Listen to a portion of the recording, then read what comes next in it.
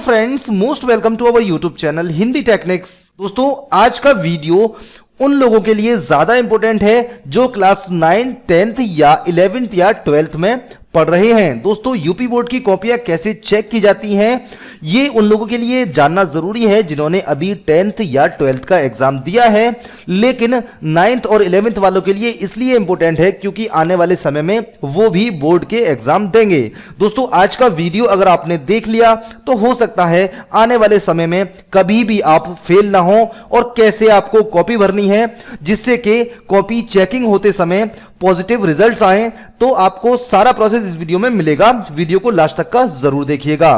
तो चलिए friends, video start करते हैं। स्टार्ट करने से पहले अगर आप हमारे चैनल पर नए हैं, चैनल को सब्सक्राइब करें और साथ में प्रेस करें ये बेल आइकन, जिससे कि हमारा कोई भी नया वीडियो अपलोड हो उसका नोटिफिकेशन आपको मिल जाए।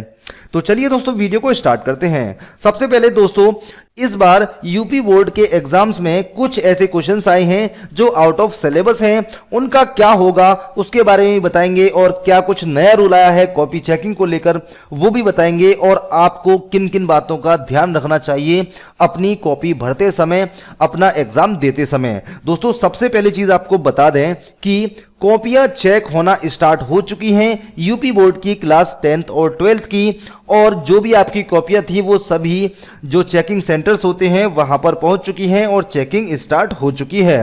दोस्तों, जब भी कोई टीचर कॉपियां चेक करता है तो हम आपको बता दें, क्योंकि कॉपी चेक करने के लिए उनके पास टाइम होता है और एक पर्टिकुलर अमाउंट ऑफ कॉपी होता है, यानी इतनी कॉपी आपको इतने समय में चेक करनी है।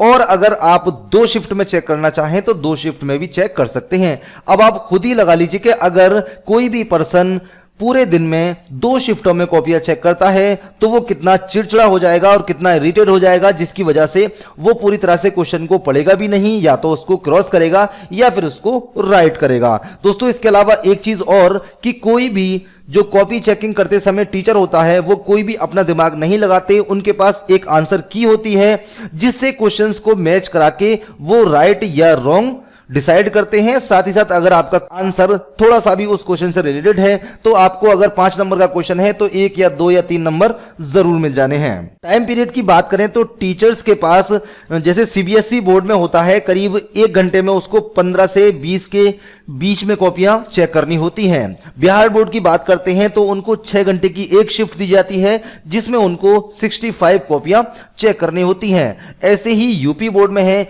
यूपी बोर्ड में भी एक पर्टिकुलर टाइम में एक टीचर को पर्टिकुलर कॉपियां चेक करनी होती हैं। अगर वो अपनी एक शिफ्ट में जो कॉपियां दी होती हैं वो चेक कर लेता है तो वो दूसरी शिफ्ट में चाहे तो और कॉपियां चेक कर सकता है। अब बात करेंगे दोस्तों कि कोई भी टीचर अगर कॉपी चेक करता है तो सबसे पहले उसके पास इतना टाइम नहीं होता कि आपके पूरे क्वेश्चन को पढ़े। सबसे पहले वो एक ओवरऑल पूरी कॉपी पर नजर मारता है कि जो कॉपी आपने लिखी है, जो कॉपी भरी है, उसका फॉर्मेट कैसा है। फॉर्मेट अगर नीट एंड क्लीन होता है, साफ सुथरा होता है, तो टीचर को थोड़ा रिलैक्स मिलता है, जिसकी वजह से जो नंबर होते हैं वो बढ़ने के चांस ज्यादा होते हैं। इसके अलावा जब आप आंसर लिखते हैं तो वहां पर एक आंसर प्रॉपर वे में अगर आपने लिखा है तो टीचर सिर्फ पहली लाइन को पढ़ेगा, उसके बाद आपको पूरे नंबर दे देगा। दूसरी बात यहां पर एक और आती है कि टीचर के पास अगर आप जो अपनी कॉपी है उसमें पैसे रख देते हैं या फिर उससे रिक्वेस्ट करते हैं, तो इस चीज को गवर्नमेंट ने इस बार बिल्कुल सख्त निर्देश दिए हैं कि इस तरह की कॉपियों में अगर पैसे निकलते हैं या कोई रिक्वेस्ट निकलती है तो उनको किसी भी कीमत पे पास नहीं किया जाए, और अगर जैसे ही उसने कॉपी भरी है वैसे ही उसको नंबर दिए जाएं। तो दोस्तों, यहां पर इस तरह से आपकी यूपी बोर्ड की कॉपियां चेक होती हैं। 10th और 12th दोनों का ही सेम प्रोसेस रहता है। अब सबसे इंपॉर्टेंट चीज जिसकी वजह से आप इस वीडियो को देख रहे हैं वो की पॉइंट्स, जिनको अगर आप एग्जाम देते समय यूज करेंगे तो हो सकता है अगर आपने जो कॉपी है कुछ भी नहीं किया हो फिर भी आप पास हो सकते हैं। तो सबसे पहले आपको क्या ध्यान रखा है, सबसे पहला की पॉइंट है first impression is the last impression, यानी आपकी कॉपी का पहला और दूसरा पेज एकदम नीट एंड क्लीन होना चाहिए, और जो भी आंसर्स आपको आते हैं बिल्कुल क्लियर उसमें लिखे होने चाहिए। क्योंकि टीचर जब आपकी कॉपी पर पहले पेज पर जाएगा, दूसरे पर जाएगा, तो उससे वो ये समझ जाएगा कि हाँ ये बंदा अच्छा है, इसको जरूर कुछ ना कुछ आता है, जिसकी वजह से वो आपको फेल नहीं करेगा।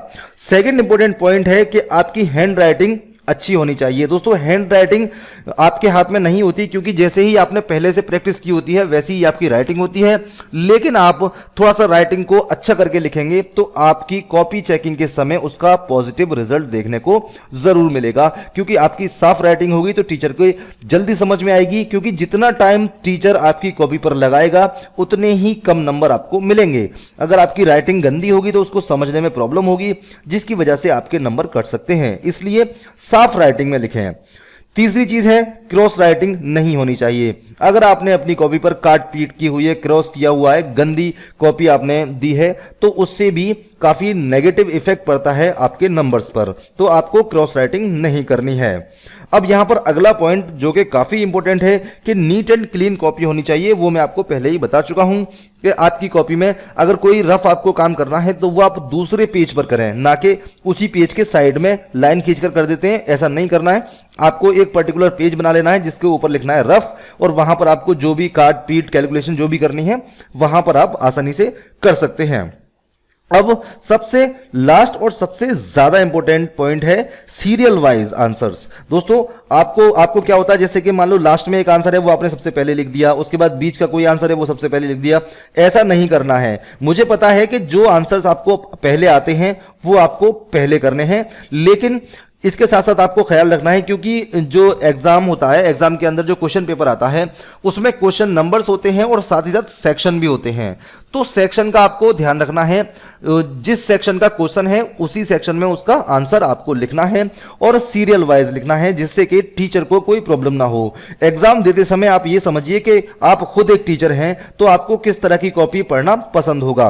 तो आप सेक्शन का नाम लिखेंगे, सेक्शन ए या सेक्शन बी, उसमें जो भी क्वेश्चन आप पे आते हैं उनका नंबर डाल के उनके आंसर लिख दीजिए। उसके बाद दूसरा सेक्शन सेलेक्ट कीजिए, उसके बाद उस सेक्शन में जितने भी आंसर आपसे आते हैं वो सारे कर दीजिए। तो ये सीरियल वाइज आप अगर आंसर लिखेंगे तो उससे भी आपकी कॉपी पर, आपके नंबर्स पर काफी पॉजिटिव इफेक्ट पड़ेगा, जिससे कि नंबर आपके अच्छे आएंगे। अब दोस्तों ये तो बात रही कॉपी कैसे चेक होती है और आपको किन किन बातों का ख्याल रखना है। अब एक लास्ट में गोल्डन टिप देना चाहूंगा, जिससे कि आप कभी भी किसी भी एग्जाम में फेल नहीं हो सकते। अगर मान लीजिए आपके एग्जाम में 10 क्वेश्चन आते हैं और आपको सिर्फ एक आता है और 9 क्वेश्चन नहीं आते, तो ऐसी कंडीशन में आपको क्या करना है, जो एक क्वेश्चन आता है सबसे पहले उसको करना है ब्रीफली, साफ साफ राइटिंग में, नीट एंड क्लीन। उसके बाद जो सेकंड क्वेश्चन है, वो थर्ड क्वेश्चन है, उनको प्रॉपर तरीके से आपको उतारना है, क्योंकि क्वेश्चन के अंदर ही आधा आंसर तो लिखा होता है।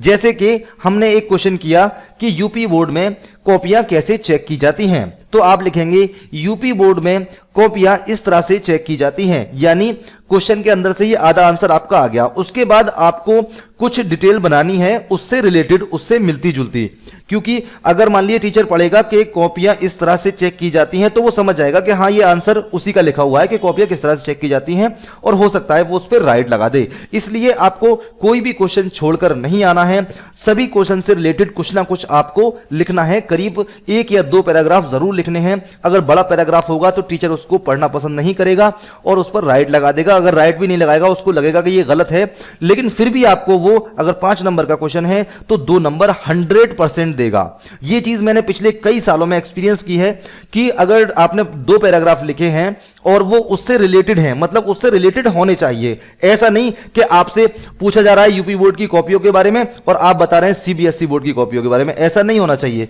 टॉपिक वही होना चाहिए, सारी चीजें वही होना चाहिए, लेकिन कुछ ना कुछ आपको वहां पर कुछ सेंटेंसेस बनाने हैं, कुछ पैराग्राफ बनाने हैं, कुछ स्टोरी क्रिएट करनी है। उस स्टोरी को क्रिएट करके उसके आंसर में इस तरह से लिखना है, अगर दूर से आपको दिखाया जाए तो आपको लगे कि हाँ ये ऊपर क्वेश्चन लिखा है और इसका आंसर ये नीचे लिखा है। तो इस तरह से ये गोल्डन टिप है। आपको कोई भी क्वेश्चन छोड़कर नहीं आना। जितना भी टाइम आपको मिला है सारा टाइम आपको इस तरह से स्टोरी बनाने में लगाना है, लेकिन याद रहे जो आंसर आपसे नहीं आता उसको छोड़कर नहीं आना, उसको लिखना है। उससे रिलेटेड जो भी चीजें आपके माइंड में हैं, जो भी कुछ आपको याद है, सभी चीजें लिखनी है।